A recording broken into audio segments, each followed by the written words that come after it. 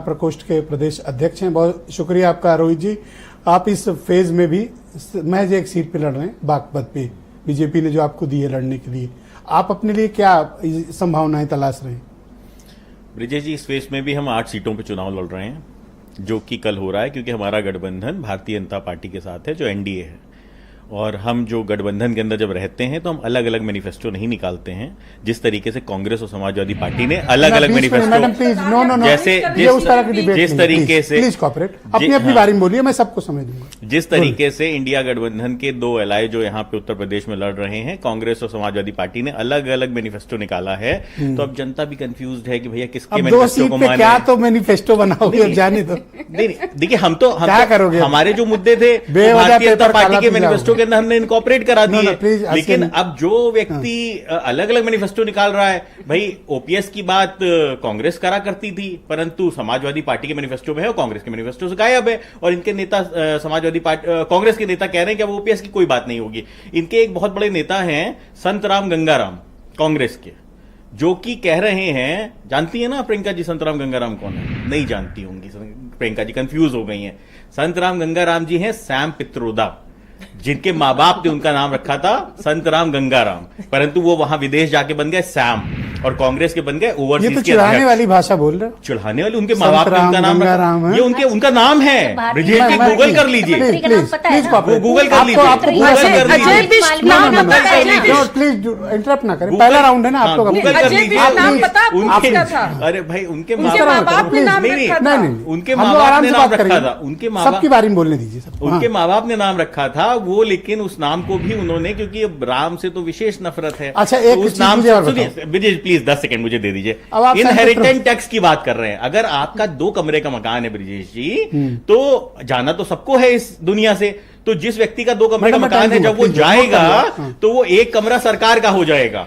अब 1 कमरा बचा, वो अपने बच्चों में बांट लिए भाई। तो ऐसी अब आप मुझे बताओ कि बीजेपी, आप बताइए, हम बोले ना जनता को भैया कांग्रेस की क्या मंशा है। अब बढ़िया इंटरेक्टिव डिबेट करते हैं।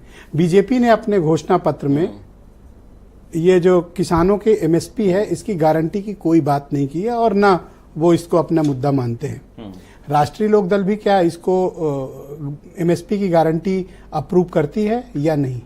देखिए, बीजेपी के मैनिफेस्टो के अंदर बिल्कुल क्लियर है कि हम किसान को समर्थन मूल्य पूरी तरीके से प्रदान करने का काम करेंगे, कानूनी। हाँ, और राष्ट्रीय लोकदल ये मानता है, राष्ट्रीय लोकदल ये मानता है कि किसान को एमएसपी की गारंटी मिलनी चाहिए, और अब हम सत्ता में रहेंगे, ये हमारी जिम्मेदारी है, ये हमारी जिम्मेदारी। हम पूरी निष्ठा से कह रहा हूं, और आपके डिबेट में कह रहा हूं, ऑन एयर कह रहा हूं कि राष्ट्रीय लोकदल की जिम्मेदारी है कि राष्ट्रीय लोकदल अपने किसान को एमएसपी की गारंटी दिलवाएगा, कानूनी गारंटी। हाँ, बिल्कुल कानूनी गारंटी दिलवाएगा, और हम किसान के हित में जो भी करना पड़े वो हम किसान के हित में करेंगे। जब हम विपक्ष में थे, विजय जी 10 सेकंड, सुन ले। जब हम विपक्ष में थे तब हमने सड़कों पे संघर्ष किया है। ये जो बयान दे रहे हो, इससे बीजेपी से कंसल्ट किया है? ये जो बोल रहे हो, हम जब सरकार का हिस्सा है, प्लीज आप बीच में ना बोलो, मैं दूंगा अपनी बारी में, मुझे बात करनी है। विजय जी बात समझिए, क्या आपने बीजेपी से कंसल्ट किया इस बयान को देने से? विजय जी, हम सरकार का हिस्सा हैं, और जब सरकार का हिस्सा तो हमारी जिम्मेदारी है। अब लगे हाथ इंडिया गठबंधन थोड़ी ना अपने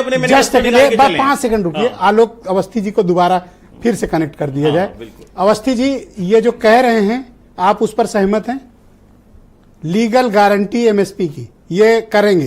क्या कह रहे हैं? ये कह रहे हैं कि किसानों को की जो एमएसपी है उसकी हम लीगल गारंटी देंगे। देखिए, सरकार ने फसलों के एमएसपी को लगातार बढ़ोतरी दी है। 2013 से लेकर के 34 तक में हमने बजट में 5 गुना वृद्धि करी है। 2014 से पहले जो था उससे 5 गुना अधिक जो है हम किसानों के लिए काम कर रहे हैं, और वृद्धि करी है। वैश्विक कीमतों में हमने 11 लाख करोड़ रुपए की सब्सिडी दी है किसानों को, और आगे भी जो किसानों के हित में लगातार जो हमारे प्रधानमंत्री जी ने कहा है उनके हित में। सर, मेरी बात को मोड़िए नहीं, लीगल गारंटी एमएसपी की वादा है। रोहित ना, प्लीज बीच में नहीं बोलिए, रुकिए। लीगल गारंटी एमएसपी की देने की बात राष्ट्रीय लोकदल कह रहा है, आप सहमत हैं? धर्म संकट में डाल दिया। मैं चाहता हूं इस विषय में एक समिति बनाई गई है, वो समिति अपने हो गया? वो बिल्कुल क्लियर हो गया, जवाब हो गया? नहीं कह ये तो ढिठाई अच्छा, ये कर रहे हो। बताइए आप जब मुझे किसानों को टीवी पे बैठ के नहीं, alright, thank you doctor Ravindra Rana, बहुत ही जाने माने मुझे तो मौका दीजिए, पत्रकार, मैं दूंगा। आप टीवी पे बैठ के भाजपा के प्रवक्ता से कुछ भी कानून बनवा देंगे क्या? भाई ये तो राष्ट्रीय लोकदल खुद कह रहा है हम किसके सत्ता लिए बोल में रहे हो? बीजेपी के लिए ऐसी भाषा बोल रहे हो? हम सत्ता में हैं, हम सत्ता में हैं, हमारी जिम्मेदारी है, हम रिस्पॉन्सिबल हैं। अरे बीजेपी वाले हैं, आप कहां से आ गए बीच? हम सत्ता में हैं, हम रिस्पॉन्सिबल डॉक्टर रविंद्र राणा जी को